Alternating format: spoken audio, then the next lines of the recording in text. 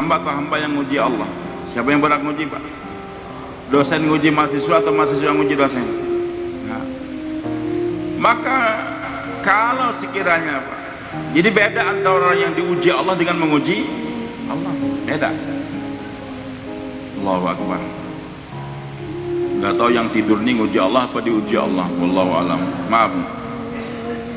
Maka hadirin makan Allah, kita sedang jauh lah. Ada orang sedang di gunung sana ngembalakan kambing. Sudah hampir maghrib, asik di sana juga musyawarah siapa yang siap jaulain dia tuh. Siap satu orang. Naik jatuh dia, meninggal dunia, mati syahid. Mati syahid. Tapi kalau dia lompat, jatuh, mati, berarti dia mati konyol. Yang satu diuji Allah, yang satu menguji Allah. Jadi Allah tahu uang di kantong kamu itu berapa, di rumah berapa. Sengaja gak dibawa duitnya keluar. Itu ingin nguji Allah. Duit dia bawa 10 juta, ternyata hilang waktu nyebrang ke Malaysia sana, berarti diuji Allah. Dan dia nggak lapor sama abang, nggak mau minta, nangis terus. Allah bersama dia.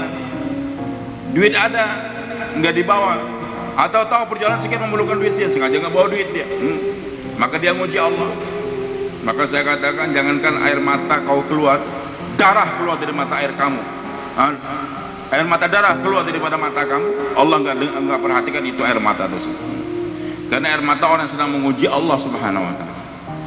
Allah alim, Allah maha mengetahui, Pak. Jangankan yang di kantong, yang di hati juga diketahui oleh Allah Subhanahu Wa Taala.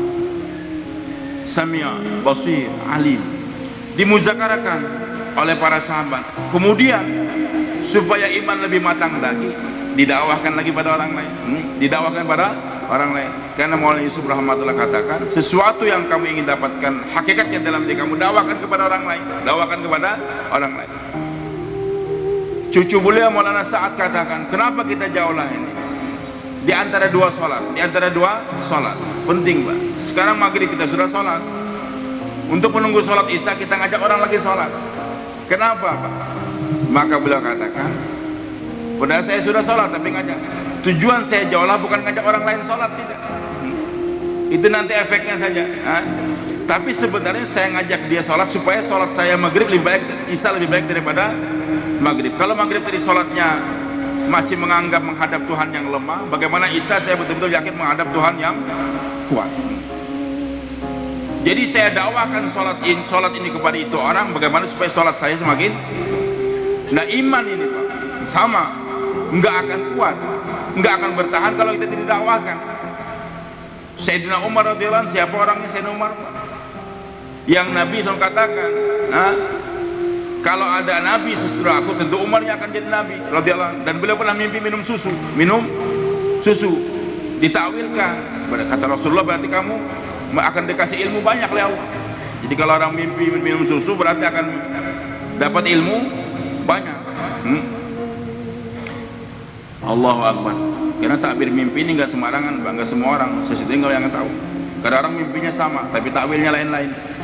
Ibnu Sirin memang jago penafsir, jago menafsirkan mimpi. Syekh, saya mimpi dari malam azan. Beliau katakan kamu akan haji nanti. Azan mimpi haji. Setelah saya juga mimpi azan, kamu sebentar lagi akan dipotong tangan kamu, beliau katakan. Akan jadi maling, potong tangan nanti. Tidak sama-sama mimpi azan. Kenapa di Quran begitu? Wa'adzin bin nas bil hajj. Wahai Ibrahim, panggil orang untuk haji. Azan. Satu orang fa'adzana mu'adzin ayyul air innakum lasariqun. Satu orang azan memanggil, wahai ini yang apa? Yang punya onta-onta banyak nih, kamu itu paling maling katanya. Saudara-saudara Yusuf itu jadi dikatakan maling. Jadi mimpinya sama-sama azan, yang satu haji, yang satu jadi maling, dipotong tangan. Mudah-mudahan yang haji semua insyaallah. Jadi kalau mimpi azan, ya Allah, mudah-mudahan haji, ya Allah, jangan jadi maling aku, ya Allah, di markas. Allahu Akbar. Hadirnya melakukan Allah Subhanahu Wa Taala. Sayyidina Umar, Pak. Begitu tadi. Tapi beliau nggak puas dengan iman. Beliau keluar, dakwakan iman. Yang didakwahi para sahabat Nabi radhiyallahu anhum yang imannya kuat. Jadi orang seperti Sayyidina Umar masih mendakwakan iman pada orang lain. Tujuannya apa? Supaya iman saya semakin meningkat, semakin meningkat. Jadi hadirin Allah, iman ini enggak akan meningkat, Pak, tanpa kita dakwakan kepada orang lain. Karena sudah Allah bayan hidayah kemarin Maulana Sa'ad katakan, janji yang pasti daripada Allah Subhanahu wa taala. Satu-satunya jalan yang akan meningkatkan iman seseorang yaitu dengan didakwakan, dengan bersahabat. Walladzina ja'alu fina lanahdiyannahum. Siapa yang bermujahadah, berkorban, berpayah-payah fina dalam mencari ridha kami, dalam mendakwakan agama kami, maka nanti akan diberikan hidayah oleh Allah. Dan garansi yang pasti daripada Allah juga, wa man ahsanu qawlan mimman da'a ila Allah. Wa man di sini istifham, pertanyaan tapi ingkari, pertanyaan yang mengingkari. Maksudnya tidak ada agama yang lebih bagus daripada agama orang yang mendakwakan orang, mengajak orang kepada Allah. Jadi selama kita tidak berdakwah, iman kita tidak akan meningkat, tidak akan bersedia buat halaqah iman insyaallah. Di masjid duduk 3 orang, nanti keluar lagi, bawa lagi orang masjid, bawa lagi, begitu caranya. Kita bicarakan kebesaran Allah. Di rumah kita juga sama istri, lagi dan lagi kita bicarakan kebesaran Allah Subhanahu wa taala. Hadir maka Allah. Jadi kalau kita dakwakan, bicarakan, modal kita bicara saja. Sesuatu kalau dibicarakan, didengarkan, kemudian difikirkan, nanti akan wujud dalam diri kita. Walaupun kita nggak pernah lihat. Pernah lihat Amerika? Pernah ke Amerika? Mudah-mudahan nanti sampai ke Amerika. Tapi kalau ada orang bilang khutbah Jumat, hadirin, kita sekarang semua tertipu. Amerika tuh nggak ada. Saya nggak pernah dapatkan dalam Bukhari Muslim ada Amerika. Itu berita bohong semua tuh. Nggak ada Amerika tuh. Gimana Pak? Kira-kira yang dengar khutbah itu gimana Pak? Dia doktor hadis Pak, doktor pakar hadis, bahkan sudah hafal hadis Bukhari, Muslim, Tirmidzi, semua ketemu sudah. Dan dia bilang saya sudah baca Quran, baca Al-Quran, nggak ada itu Amerika, dusta itu semua. Gimana Pak? Kita khatib betul dia doktor hadis, ilmu hadis, tahu hadis sahih tahu, hadis dhaif tahu, maudhu tahu. Benar Amerika itu nggak ada. Betul gitu? Syekh, bisa kita katakan khatib betul? Dikatakan wah ini khatib sudah error nih. Sudah error. Walaupun kita nggak pernah lihat Amerika, tapi karena sering dibicara Amerika itu ada, maka kita pun akhirnya percaya. Walaupun yang ngomong di dokter hadis mengatakan Amerika nggak ada, kita tidak percaya. Nah begitu hadis sering dibicarakannya surga neraka. Bahkan kata para sahabat Nabi radhiyallahu, kalau Nabi bicara surga itu kami merasakan harumnya surga, sejuk, sehingga mendekat dengan Nabi SAW. Kalau Nabi beralih bicara neraka, terasa panasnya neraka, sehingga mereka mundur sampai mentok ke masjid sana. Allahu Akbar, ajib. Bicara kebesaran Allah, sehingga yang dibicarakan langsung idza dzukirallah wajilat qulubuhum. Langsung ada getaran di hati. Kita lebih banyak sekarang bicara presiden atau bicara Allah. Presiden datang langsung getaran. Bahkan dikatakan insya Allah nanti presiden akan lewat hayamuru jam 2 siang, maka polisi satpam pun siap-siap, jam 12 masih ngantuk dia, kemudian capek, SBY datang langsung pada gerak semua, dengar berita presiden langsung. Karena kita insya Allah orang yang banyak baca korannya hatinya gelap, walaupun dia karton 4 bulan sudah ketemu Jibril hatinya gelap, tobat salam gak mau baca koran lagi. Presiden insya Allah semuanya lemas sendiri, diam. Mau insya Allah aja nggak mau. Insya Allah. Berita koran. Jadi nggak ada getaran di hati itu, nggak ada. Dengan Allah nggak ada. SBY langsung ada getaran. Pangap, jenderal masuk, langsung semua pada bangun semua gitu. Allah manggil, nggak ada. Masih ngobrol karbon satu sama lain.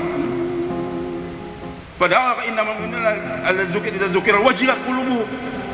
Ada ular jatuh, lari semuanya. Orang khidmat pada lari ke mimbar sana. Bahkan imam juga lari karena ada ular di depan. Mendengar baru ada ular gitu. Tapi dikatakan, oh maaf Pak Imam, ularnya ular mati yang jatuh tadi. Tenang sudah. Karena lagi dibicarakan, dikenalkan apa itu ular, tapi nggak dikenalkan siapa Allah. Wajatul ilmu ayatul zar di mana? Dibacakan ayat-ayat Allah, langsung bertambah iman. Kita dibacakan Quran, dibacakan langsung terkesan dan kita bicarakan. Allahu Akbar, ajib. Memang gelap hati kita nih. Kalau sudah sering baca Quran, 3 kata ulama, kau jangan kerjakan, hati kamu selamat. Jangan baca Quran, jangan baca majalah, jangan nonton TV. Sudah, hidup beres. Allahu Akbar. Dan Nabi SAW arahkan, Pak, kita ini akan hidup ini selamat asalkan jauhkan 2. Pertama Allah katakan, am yahsuduna an-nasa ala ma atahum min fadli. Apakah mereka akan dengki kepada orang yang Allah berikan kelebihan kepada mereka? Jadi hidup nggak boleh dengki, Pak. Wah, sebulan dimudahkan untuk keluar 1 tahun, alhamdulillah dimudahkan bikin rumah, punya mobil, kita nggak boleh dengki, nggak boleh. Itu pemberian Allah. Pemberian siapa? Allah. Yang kedua, ujar Nabi SAW, la tudil asyamata li akhikal muslim. Jangan kamu nampakkan ketertawaan kamu melihat orang dapat musibah. Orang muslim dapat musibah, jangan kita tertawakan. Jatuh dia, mampus lu. Ini Pak RT yang ngusir saya kemarin. Hati-hati. Dengan kita tertawa, ujar Nabi SAW, kalau la tudil asyamata li akhikal muslim, fayu'afillahu wa yabtalik. Jangan kamu nampakkan kesenangan kamu, ketertawaan kamu kepada orang yang dapat musibah. Nanti Allah sembuhkan dia dan Allah ujikan kepada kamu. Karkun 4 bulan, anaknya hamil di luar pernikahan. Haji, karkun apaan itu tuh? Dia bicara itu karkun apaan? Anaknya hamil. Dari mana kamu tahu? Istri saya kemarin hadir perkawinan dia, katanya waktu di atas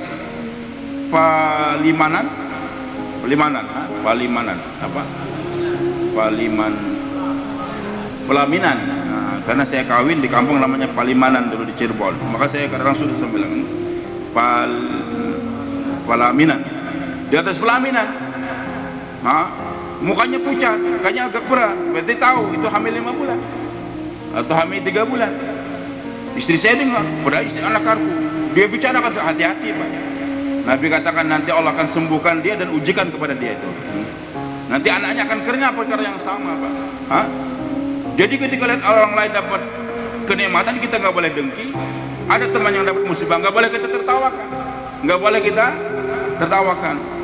Ini matanya picak, ini gara-gara menghina saya kemarin, tahu lu. Hati-hati, Pak. Nanti Allah sembuhkan dia, Allah picahkan kau punya mata nanti. Jadi segala musibah yang ada pada orang lain nggak boleh kita tertawakan. Kita apakan? Kita tahu alhamdulillah di'afani bima ibtala bi ghairi. Segala puji bagi Allah yang telah mengafiahkan aku daripada musibah yang ditimpakan pada dia. Maka nggak akan kena musibah kita. Dan kita doakan agar Allah sembuhkan dia tersebut. Karkun dingin, ini karkun sudah setahun, ternyata masya Allah, ajib, aneh. Masih gini, hati-hati. Kemarin kami di Bangladesh, Pak. Satu orang cerita, katanya Maulana Yusuf rahmatullahi panggil seseorang, mungkin karkun Jos juga. Sini, itu ada ulama-ulama sedang duduk tuh di sana tuh. Coba kamu lihat, ngapain mereka itu? Lihat laporan, Syekh, mereka tuh cuma ngobrol nginang-nginang saja. Ulama sambil nginang-nginang. Kata Syekh Yusuf, kamu itu babi. Kamu itu babi.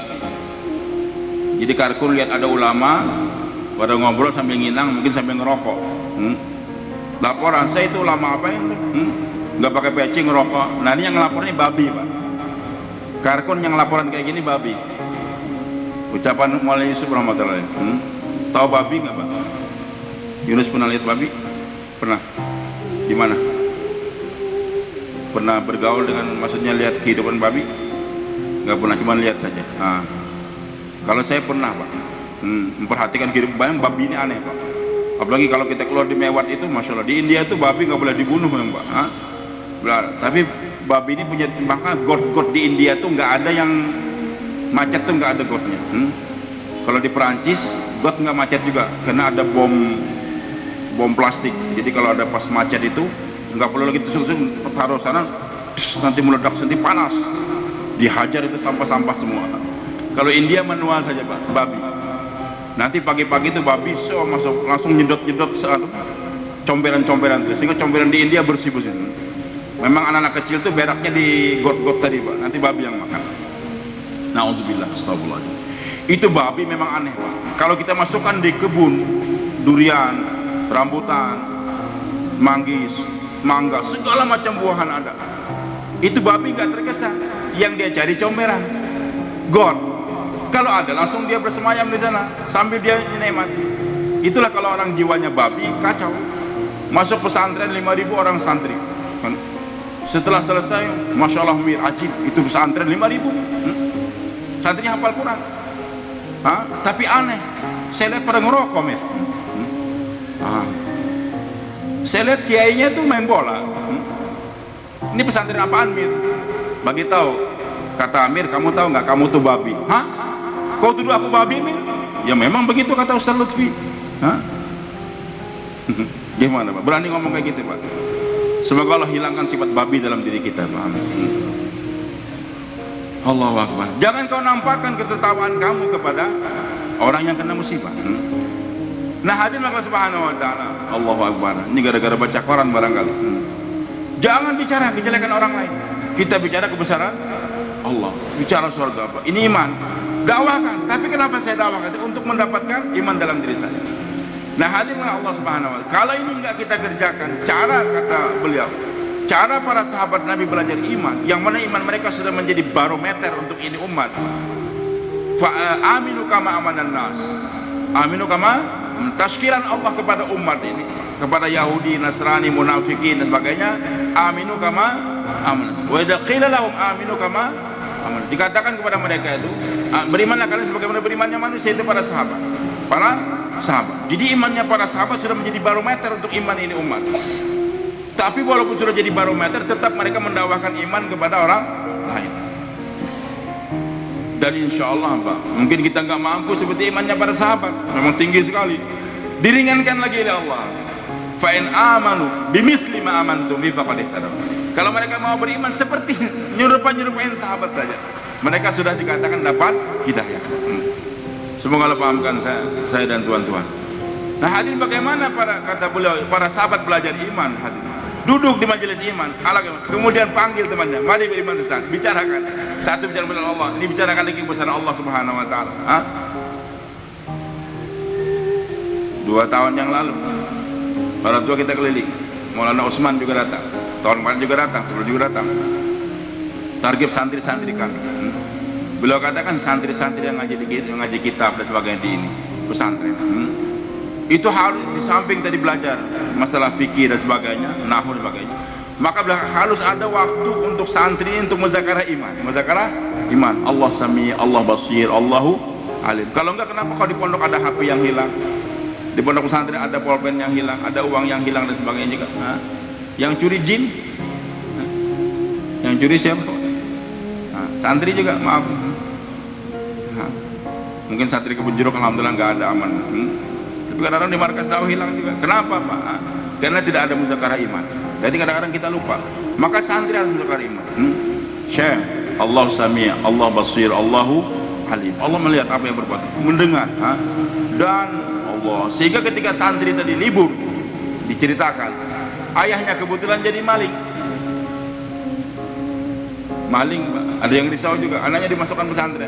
Waktu libur dibawa, nak pergi malam. Kemana ayah? Ikut ayah saja. Jalan, nak, aku akan lompat tembok ini nak, ingin mencuri. Baru paham, ternyata ayahnya seorang pencuri. Tugas kamu jaga di sini. Nanti kalau ada orang lewat, kamu teriak agar kita lari sama-sama.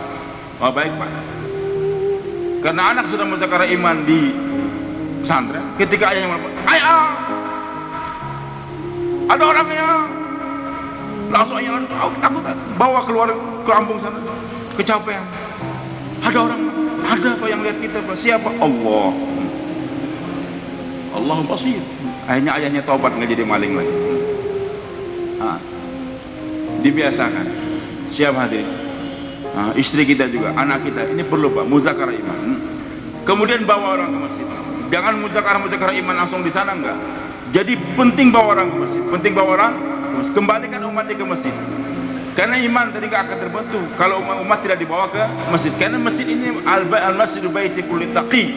Masjid ini rumahnya orang bertakwa. Rumahnya orang bertakwa itu masjid. Hadir Allah Subhanahu wa taala. Suasana di luar masjid ini suasana goplah, lupa semua.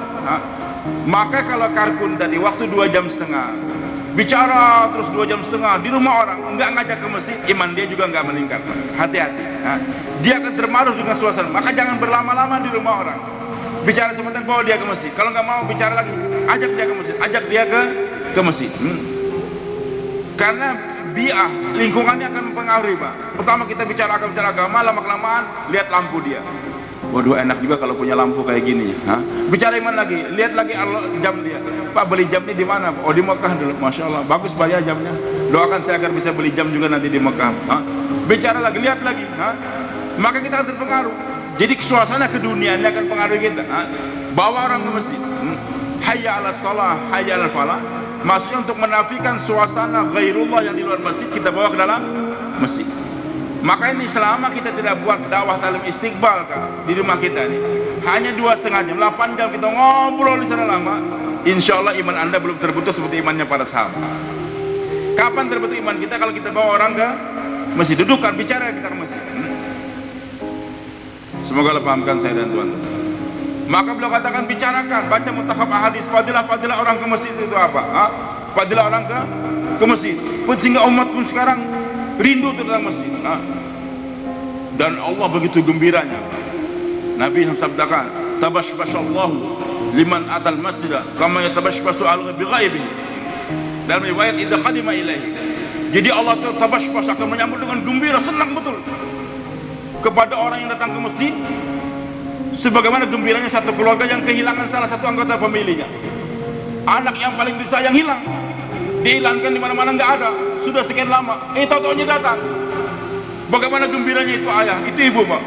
Allah Subhanahu wa ta'ala lebih gembira daripada mereka ketika melihat hambanya masuk masjid.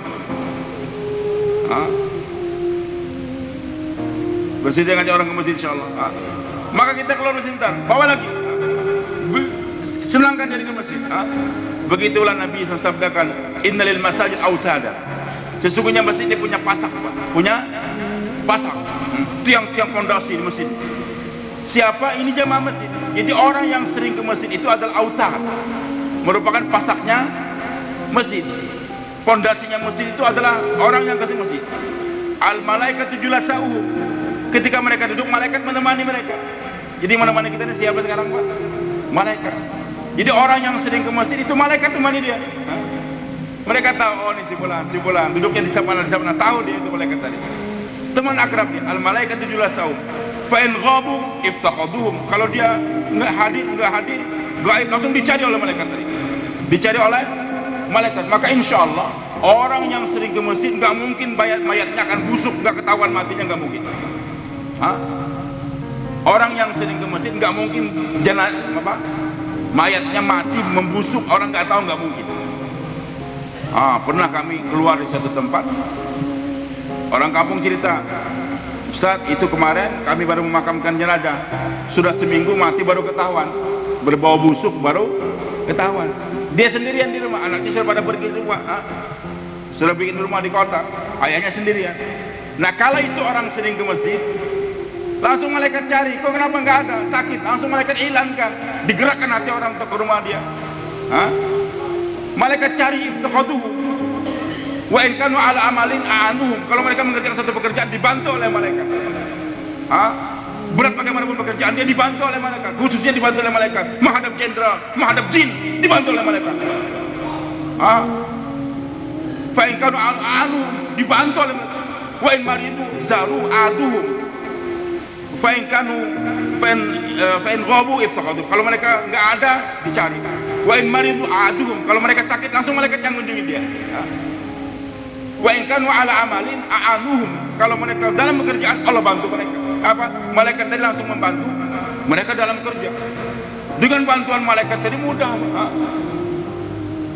Mungkin mobilnya mogok tengah jalan, banyak mobil, malaikat membantu dia. Entah terjorong begitu aja, soalnya sudah sampai ke rumah dia. Malaikat bantu. Bersedia mengamalkan masjid, panggil. Yang terakhir, haji. Kita ulangi saja. Beliau katakan berkali-kali, kata Maulana Sa'ad kemarin, Syekh Ilyas katakan, kalau orang tahu, Pak, makna dia masuk ke masjid tadi, Allah menyambut dia dengan gembira, dengan senang tadi kan, malaikat juga jadi teman dia, maka dia tidak berhajat lagi untuk pergi ke selain Allah. Kalau orang paham makna dia masuk masjid, maka dia nggak berhajat lagi untuk pergi ke rumah selain rumah Allah. Gimana Pak? Orang terkaya mau di Indonesia nih, hilangkan, siapa nama? Maaf, siapa? Rahmat, Pak Rahmat, Pak. Sering jumpa Pak Rahmat, cuma lupa namanya. Ayo Rahmat, nanti ada apa-apa ke rumah saya. Orang kaya, senang. Jadi Pak Rahmat merasa nggak perlu lagi untuk pergi ke rumah orang lain. Sama kita, Allah Maha Kaya, Allah Ghani, Hamid. Sedangkan presiden miskin, Pak, raja miskin, Pak. Ayyuhannas antumul fuqara ilallah. Fakir semua itu, gubernur miskin semua, yang kaya-kaya semua miskin, semua miskin. Yang kayanya siapa? Nah, kalau kita ngerti saya sekarang masuk ke rumah Allah, nggak perlu ke rumah-rumah orang lain lagi. Cuman karena kita nggak ngerti masuk masjid ke menjumpai siapa, nggak tahu. Masuk masjid mau jumpa Pak Caca, mau jumpa Selebi, nggak ada, ya sudah kesal. Jadi kita masuk masjid mau jumpa siapa? Jumpa Allah. Malaikat menemani saya. Allahu Akbar.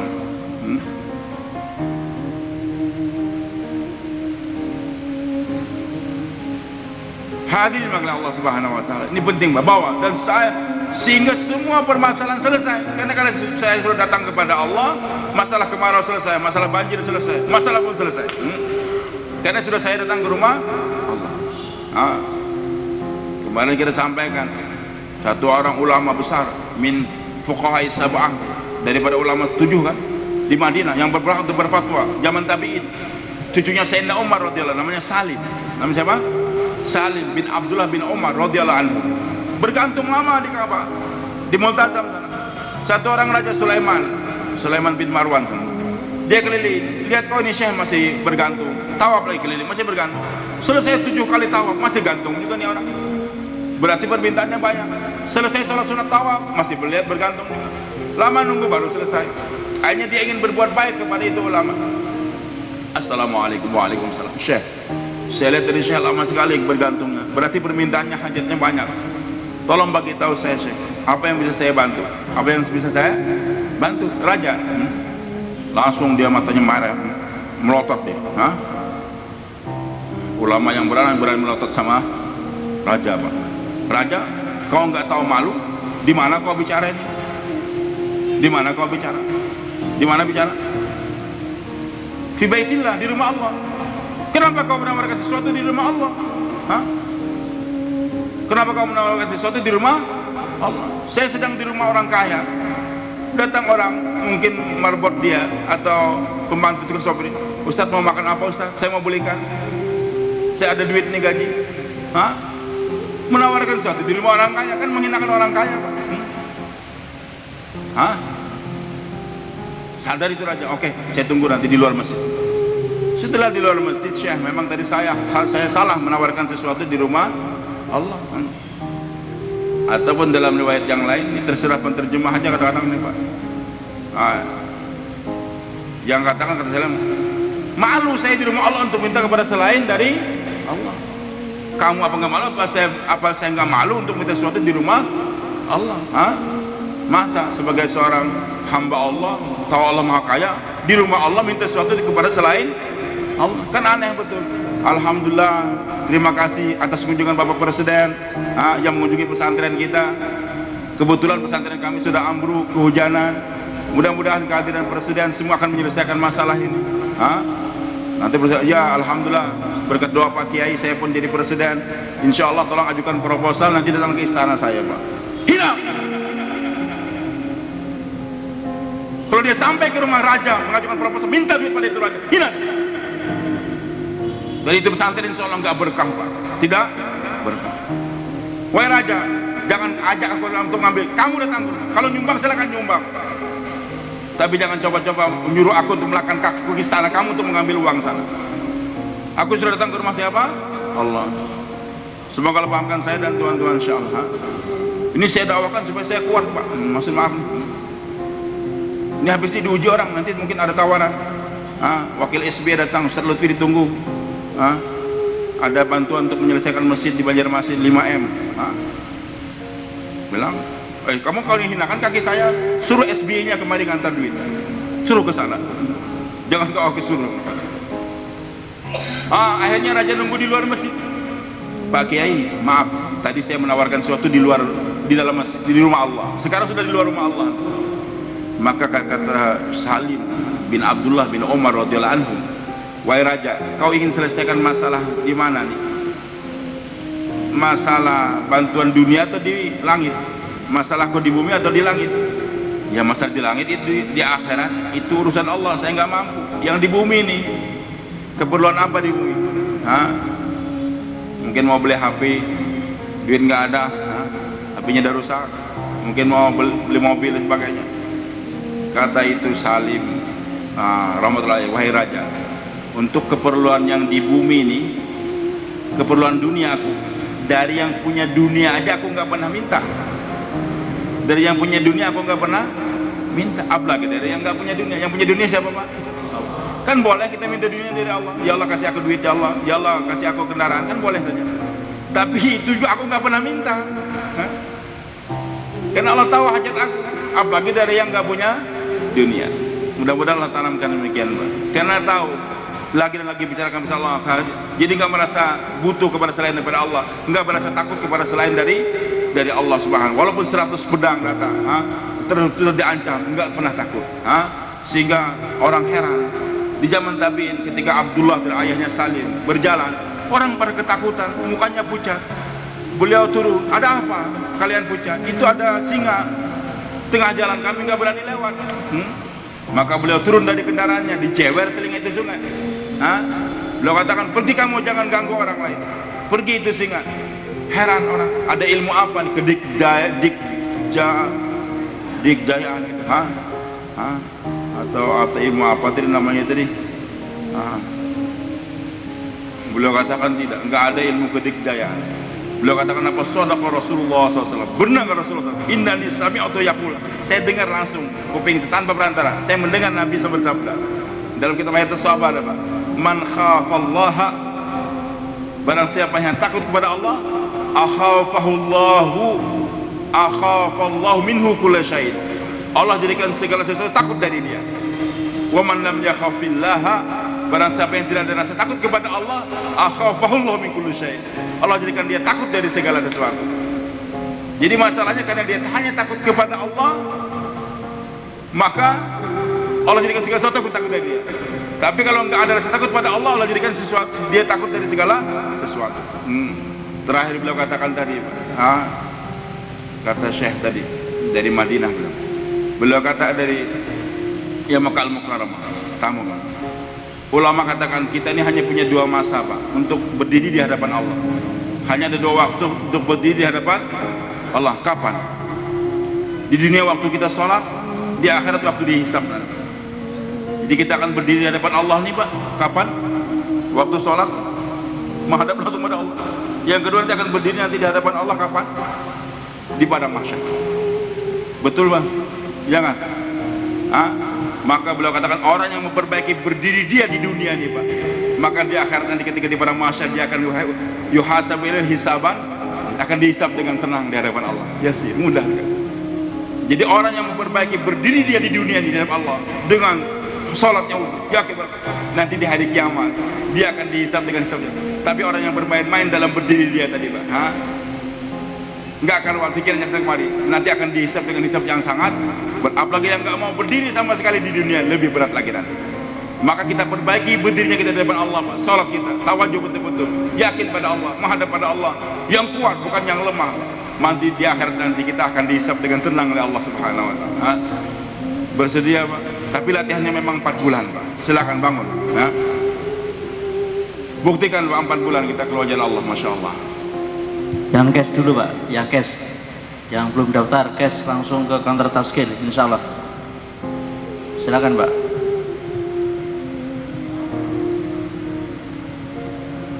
Negara Jawa, IPB, Masya Allah. Kita sudah musyawarah kemarin, Pak. 15 tempat istimewa nih.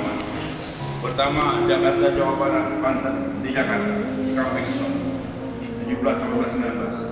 Kemudian di Jawa Tengah, jadi nggak jadi gabung Jawa Tengah dan Jawa Timur. Jawa Tengah di Jawa Tengah. Nanti lepas itu 20 itu nanti di Jawa Tengah, di Semarang. Baru kita di Temboro, ke Jawa Timur. Harus itu baru Sumatera, 7 tempat di Sumatera, baru ke Kalimantan Barat, kemudian berikutnya Kalimantan Selatan, Timur, dan gabung 3 provinsi, baru ke Sulawesi Tengah dan Utara, termasuk Gorontalo, baru ke Selatan nanti, termasuk Tenggara, baru nanti kita ke Maluku, Utara dan Selatan di tengah, habis itu ke Irian, nanti baru balik lagi ke NTB di Lombok, untuk NTB dan Bali. Selesai 15 pertemuan. Maka kita persiap dari sekarang. Kita butuh jamaah sebanyak-banyaknya, dan Kiai Uziara tadi jelaskan, karena target kita ini menghadirkan orang awam sebanyak-banyaknya, menghadirkan orang awam. Makanya tidak ada orang awam. Kita bagaimana perjuangan baik. Silakan catatkan Pak Nasional. Dari sekarang saham, dari sekarang saham, dari sekarang saham, dari sekarang saham, dari sekarang saham, dari sekarang saham, dari sekarang saham, dari